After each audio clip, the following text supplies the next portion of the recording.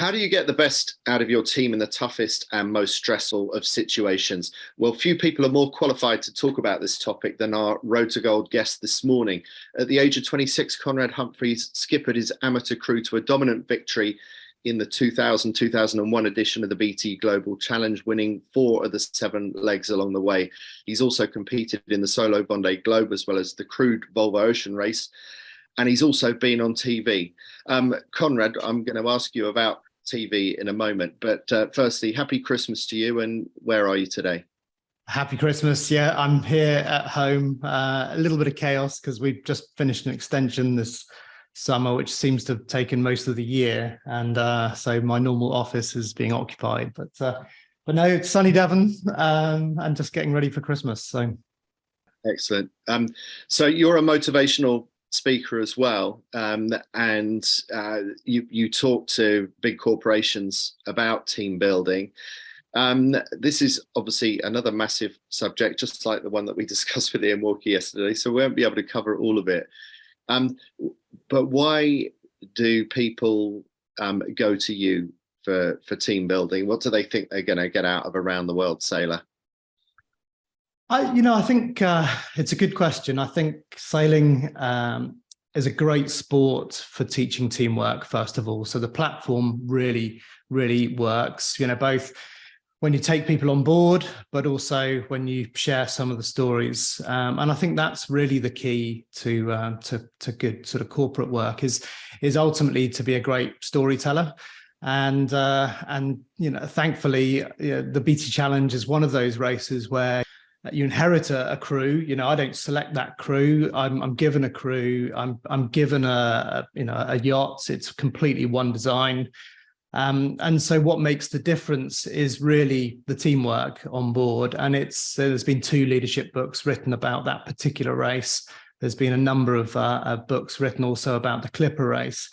And I think the corporate world kind of gets the sort of analogies from that event, and then when you couple that with things like the Vendee Globe, which is very different, I don't use that story as much, but there are some real personal attributes to leadership that are very strong in races like the Vendee Globe.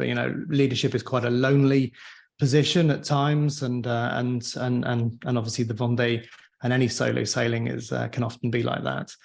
And then more recently, obviously, as you touched on, Mutiny, which was a very different television experience, but actually another great story.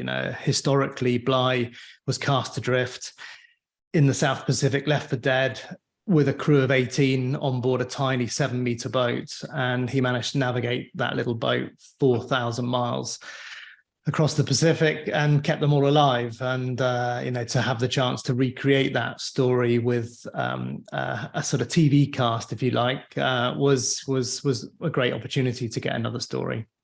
So that was for Channel 4 TV about 6 or 7 years ago, was it? Yeah, we filmed it 2016. It aired in 2017. And presumably you weren't equipped with GPS. You were only working with a sextant or whatever it is that Captain Bligh would have had, however many years ago it was. What, 200? A bit more than 200 years ago? 200. Well, 1789, the 28th of April, 1789. He was cast adrift, and the difference. So we had the same equipment as Bligh, the same rations as Bligh. We had charts. He didn't have charts. He did everything from memory, which was extraordinary, given that he'd actually charted parts of Tonga and some of the South Pacific Islands, but not in any great detail. But I think Bligh was autistic, if I'm honest. He was a genius. He was not a great people person, but yeah, he did it all from memory. I don't think I could have done that voyage without at least some paper charts. Right. And what chance of success did you give yourself of being able to achieve that 4,000-mile voyage in an open boat? There were lots of curveballs on that particular project, and I think that's the big difference between Bligh's voyage. When Bligh was cast adrift, his crew were all extremely good, competent sailors. This type of navigation was he really excelled at, and they were in a part of the Pacific driven by trade winds. He had a mission. He knew where he would get help, because ultimately he was facing a court-martial if he'd found to have lost control of his ship. So he was determined to try and get his boat back. For us, there were a lot of other curveballs. Obviously, we're making a television series that brings a lot of pressure. The crew were cast to sort of mimic the roles that Bligh would have originally had, but they didn't want a sort of a shit-hot team of sailors on board. So I spent 60 days coaching people, literally the basics of how to tie knots and so when we set off, I wasn't absolutely sure, but I was pretty confident in the boat. And, we did a few sea trials in and around Plymouth, and I liked the boat. I felt it was more than capable of getting across that stretch of ocean. But there were a few times during that voyage where, whether it be crew personality or through, actual real physical dangers, that I thought we wouldn't get to the end. Bligh must have been a great leader to have inspired some of his crew to get on board with him for that ridiculous task that was set by Fletcher Christian and those that mutinied against him. But clearly, the fact that most of the crew mutinied against him, Bligh was not the complete leader. What do you think he did well, and what do you think he was terrible at? Well, history's actually really misrepresented Bligh in many ways. First of all, actually many more wanted to get into the little boat than stayed on the big boat, but they couldn't physically get any more people. So actually, when the court-martials happened, they realised that there were actually quite a few members who would have preferred to have stayed with Bligh. But you're right in that he was a prickly character, as they were at that time of year. A lot of the captains of these boats sort of ruled by command and control, and we see that in some businesses as well. Still, that where organizations are now very much moving away from that sort of command and control type model to much more sort of shared leadership, much more value driven, much more purpose driven. And so, Bligh, I think he's been hard done by history, if I'm honest. I think he was an incredible leader. As I say, he did struggle with people at times, but, he kept them all alive, which was pretty sensational, really. Conrad, one of the things that most fascinates me about what you've done is the BT Global Challenge, which is pretty similar to what the current Clipper race is. I think I'm right in saying. So you were a professional skipper of that race in your late 20s, and you were the only pro on board. And meanwhile, the rest of your crew are paying their way to sail around the world with, in many cases, no prior experience of sailing, and so that must feel very lonely, and the loneliness of leadership when you're the one that everyone's looking to. And Hamish is talking about everyone needs backup and support, but when you are at the apex of the pyramid, where do you get that support from when you're having a bad day? I think it's a brilliant analogy, and the reason why we won the race was because I broke that mold and actually created a shared leadership structure on board, and we were the only team to do that, because historically, you'd had some fairly big characters in this race, but as you say, you're the professional, everyone's looking to you, but what people don't fail to realize is that the recruitment process for races like the Clipper and the BT Challenge, you're getting professional people. Actually, I would argue that some of the sailors or some of the amateurs on these boats are more professional in their outlook than most of the sailors that I've sailed with, because they're professional people.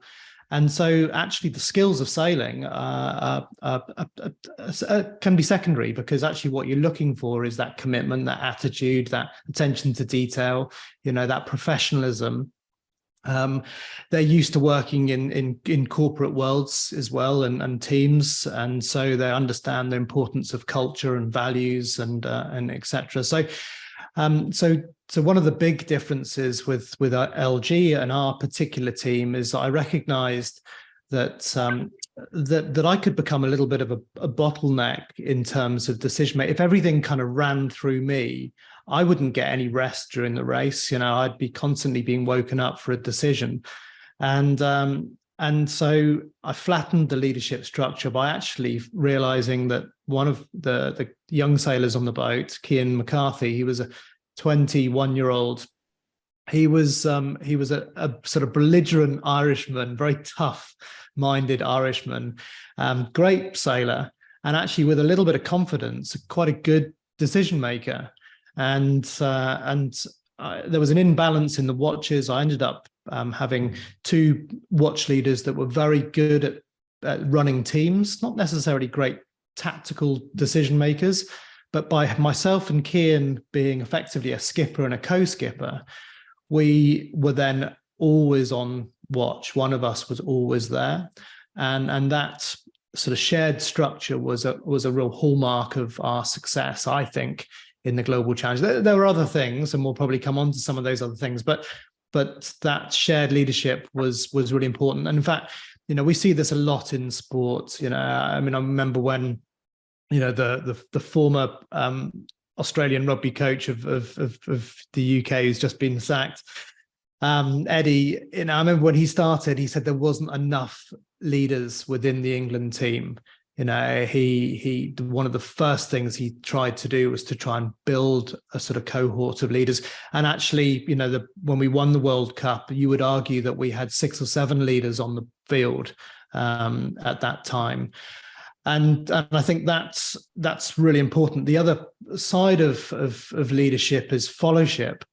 And if you understand how to lead, quite often you're very good at followership or following, because you recognize that actually leadership is a difficult and challenging role. And so you've got to support your leader. So what you want is people who are really good leaders who know how to follow as well, which is an essential part. And when you look at really high level sports, America's Cup included, there can be a lot of ego there because you've got a lot of talent around the table, and so on. But what people sometimes miss is that that there's leadership and there's followship, and followship is just as important as being able to lead. And the other thing I would say is leadership is very situational. So there are times when you've got a crisis going on, and who better to have than maybe Doltz or probably we saw on the American Magic team, when there's a big crisis, these big leaders stand up and they make things count. When actually so other times, leaders really struggle in those situations. But I think that shared structure is really important. It's interesting, that word fellowship, because I'd never come across that before. And most of us by definition are followers rather than leaders in our lives. So it seems like there's a natural, there's a huge imbalance there in the fact that we don't talk about fellowship, the other side of leadership. It's often, very rarely do you hear it, even in the corporate world. We all look to the leader, but actually the best way we can support the leader is understand how difficult that role is by being incredibly supportive. And this is where you see, fantastic chief operating officers, really good, second in commands that are effectively really running the ship, but they're also, protecting the leader, because at times you've got to be, perhaps laying down the law, you've got to be, giving out the discipline. So you can't get too close, and that sort of distance is vital in running a team. If you're one of the guys, if you're everybody's mate, when it comes to kicking ass, it's very difficult to do that. And I think sometimes leaders get too close to their teams. You've got to maintain a little bit of distance so that when things need to be ramped up, or you need to have that difficult decision, that it doesn't become too personal.